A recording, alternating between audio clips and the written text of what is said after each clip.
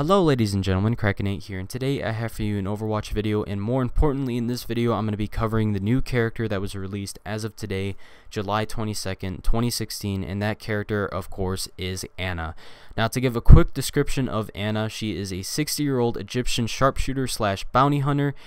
She is of course the mother of Farah, as many people probably knew. This character has been in the making for quite a while now, and people have been discovering many little different Easter eggs around Overwatch to describing what character she is, and now she has finally been released into the game. Now of course her character as a whole is basically just support. She's a support sniper, and many people don't actually really realize how important she is and how effective she can be if you know how to use her. So in this video I'm going to be covering all the basics, everything you need to know about her, special tactics, everything like that. So we're going to be getting into it right away.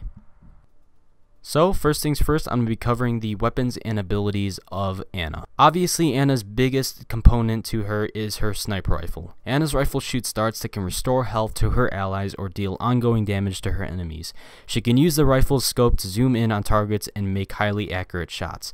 Now her sniper rifle can shoot two different kinds of projectiles: a linear projectile if unscoped, and a hit scan scoped projectile when she is zoomed in.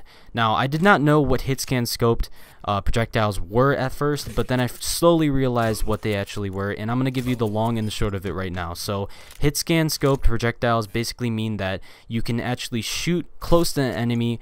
It may look like you're missing them, but in reality you actually hit them. So you can see right here, this is actually the beginning of a match here on Hollywood, and I was scoped in on a McCree, and he was just AFK of course, and I actually fired just short of his shoulders, and you can see that the projectiles still go in him even though it is obvious that I am pretty much missing right there. Now the damage that this sniper rifle outputs is 80 all around, so just note that headshots do not do anything. It doesn't do any additional damage like Widowmaker does.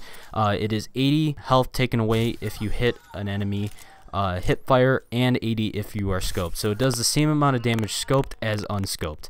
As you can see here at the targeting range, I am hitting the bot directly in the chest and all over his body, including the head. It does 80 damage, and of course it probably takes about 3 bars away from their health. Now do note that these bots have 200 health, so they're definitely not the most powerful thing, but I just wanted to make a clear demonstration of how much damage the sniper rifle does if you're shooting enemies. It does heal 75 health if you do hit an ally, and it fires 1.1 rounds per second, so make sure you're firing this thing as fast as you can. If you're trying to heal an ally, stay as accurate as possible, and if you are close to an ally, make sure you stay unscoped so you can just spam that thing so you can heal allies to their full health. The sniper rifle's reload is 1.5 seconds, and the duration is 1.9 seconds for healing. So make sure you're using this thing as best as you can, and make sure you're staying accurate as possible. The last couple of things I want to mention about the sniper rifle is that if you unscope and fire, the bullet will travel faster than if you scope in and fire the weapon.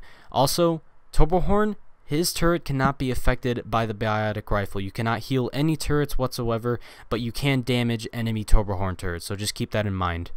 That basically covers everything you need to know about Ana's sniper rifle.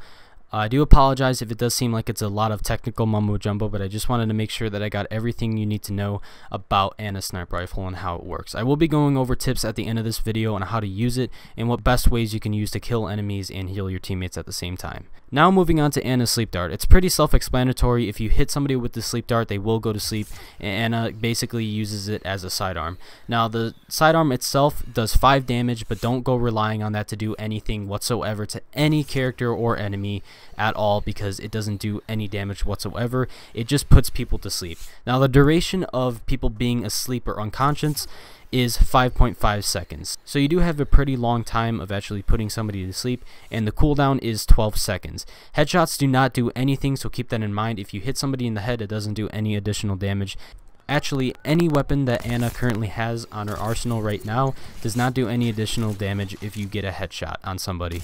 The sleep dart itself is a fast-moving linear projectile, and it fires immediately after you press whatever button to activate it. Make sure that you are accurate as hell with this thing, because the cooldown, like I said before, is 12 seconds long, so you're not going to be getting this thing back almost immediately. You do have to wait quite a while. And also make sure that you lead your shots. If somebody is running away or running off to the side or trying to strafe you, make sure you lead your shot in order to actually hit them. It is mostly like a crossbow, but it does have a really good range. It does not dip at all, so make sure you're using it very accurately, and it should be pretty useful on the battlefield. The last thing I want to say about the sleeping dart is that if you do manage to hit somebody with the dart and they are asleep on the ground, if you or your teammates damage that enemy, or if they are damaged in any way whatsoever, they will get back up immediately and the effect will be broken. Some people may get this confused with some other reasoning.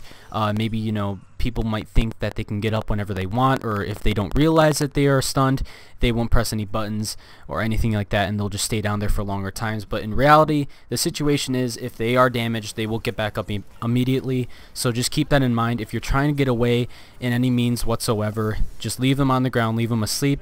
If a teammate's with you, then you can easily just gang up on them and wreck shop if you need to. So yeah, just keep that in mind. If you do damage an enemy while they are down asleep, they will get back up immediately. Next up is Ana's Biotic Grenade. Now this grenade acts like any other grenade you could probably imagine. It does have an arc, so make sure you know where you're aiming when you throw it. It does have splash, and actually, matter of fact, it does have an area of effect of 4 meters. So it might not seem like that much, but it definitely can affect your teammates and enemies in the same way. Now this grenade acts mostly like the sniper rifle. It can do damage to enemies, 60 points of damage to enemies, matter of fact. And it can heal 100 hit points of health to your allies. Now, when your allies are affected by this grenade, it can increase the healing percent by 100%. Now, what I mean by that is if you have any other support heroes on your team that have a healing effect around a teammate that is affected by your biotic grenade, the healing percent is increased by 100%, which means that they will heal faster. The duration of this grenade is 5 seconds, so it's not that long, but it definitely can be of great use. The cooldown is 10 seconds, so just like the sleeping dart, you're not going to be able to use this that often. You're going to have to wait, so use it precisely and use it when you really need to. Also, another thing about the grenade that makes it so special is that if you damage an enemy, the duration of that effect will last 5 seconds, and they cannot be healed by any other sources. So for 5 seconds they cannot be healed by a Mercy or any other support character for that matter. One thing I would like to note about the grenade is that you can heal yourself with it, so don't be afraid to be selfish. If you are in a life or death situation and you need to heal yourself, throw that down at your feet. It can heal you right away, and it does actually a pretty good job of bringing you back to full health, of course. And it has 200 hit points of health, and if you use that grenade, you can basically bring yourself back to life if you're at low health. Last but not least, we have Ana's ultimate, Nano Boost.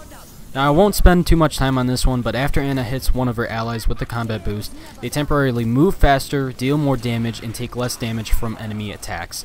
Now, the damage increase on this is 50% from the original damage that you have on your character once that character is affected by Nano Boost. The damage reduction is 50%, so basically you're taking 50% less damage, and of course your movement speed is increased by 30%. The duration lasts 8 seconds, and the charge required time is 1,100 points. You use the ultimate ability that Ana has. Basically, all you have to do is go near an enemy and press Y. It'll lock on, so the one thing I do want to recommend about her ultimate is that you have to be sort of accurate with who you're putting the Nano Boost into. You always want to do it on an attacking character, never really a support character, but always somebody that's going to go in, take charge, and just completely decimate everyone. That covers everything on Ana's weapons and abilities, including her ultimate. To give you a brief overall on how to play as Ana, you basically just need to play the role as a sniper. Play the role that she was meant to play, and just sit back, heal your teammates from a distance if you can, and of course damage enemies if given the chance. Try to stay out of as many gunfights as possible that are close range. She cannot win that many, and if I can recommend anything, if you are in a gunfight that you probably are not going to win if you're low on health, use that sleep dart to damage the enemy that you're currently battling and get the hell out of there. I cannot express enough how much the sleep dart can actually help you if you do not damage the enemy that you affect with the sleep dart immediately. Ana's sniper rifle can whittle away the health of tanks, so if given the opportunity and you are in a sneaky position, stay up high and damage tanks as much as possible.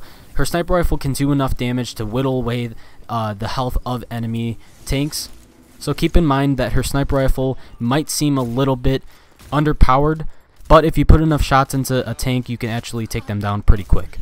With all that out of the way, time to give you guys some quick tips on how to play Ana a little bit more effectively. Quick tip number 1, hold the trigger down. Ana's sniper rifle is meant to heal your teammates and of course damage enemies. If you have a good beat on one of your teammates or an enemy, make sure you keep the trigger down because your sniper rifle will fire automatically. There's no need to keep on pressing whatever trigger button you need, because the sniper rifle just keeps on firing if you hold that certain button down. So make sure if you have a good beat on one of your teammates to heal them, you keep the trigger down so you can multiply put shots into them to heal them up or to damage enemies consistently. Quick tip number 2, be accurate. I know this tip may sound a bit obvious considering the fact that Ana uses a sniper rifle, but I'm not just talking about the sniper rifle, I'm actually talking about the sleeping dart as well. The more accurate you are with the sniper rifle and sleeping dart does affect how well you play with Ana. I recommend using the targeting range that you can find on the main menu of Overwatch to practice firing at bots and also at teammates. The more accurate you are with the sleeping dart, the easier you're going to find it to get out of sticky situations. Quick tip number 3, stay out of the way. When you're playing as Ana, you do not need to be in the middle of a gunfight, nor do you need to be grouped up with your team on a payload or an objective for any means necessary. Stay back, play the role that she is meant to play, and snipe your teammates from a distance and opponents as well. Tip number 4, know your surroundings. This one may seem a little bit obvious too, but unlike Widowmaker, Ana does not have a grappling hook. She cannot escape sticky situations very easily. She is strictly ground-based and does not have any special sort of movement system. That being said, make sure you know bailout points and places where you can take cover and easily retreat if needed. You'll find it sometimes troubling when you're in the middle of a gunfight and you can't escape and you're completely defenseless because you are a sniper. So that being said, stick back and try not to get in the middle of gunfights. Tip number 5, use your ultimate wisely. Ana's ultimate is meant to buff up the character that you choose to give it to, so make sure you're picking the right character to give nano boost to.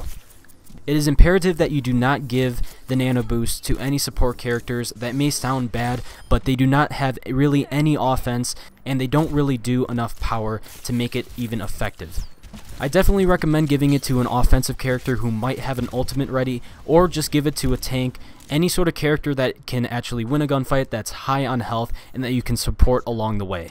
If there's one thing I can recommend about Nano Boost is that if you are playing with friends and you are talking to them and you're communicating in a way that you can actually trust them and they are about to go in with an ultimate, give your Nano Boost to them. They can use the ultimate and overall it will be much more efficient than using an actual ultimate just by itself.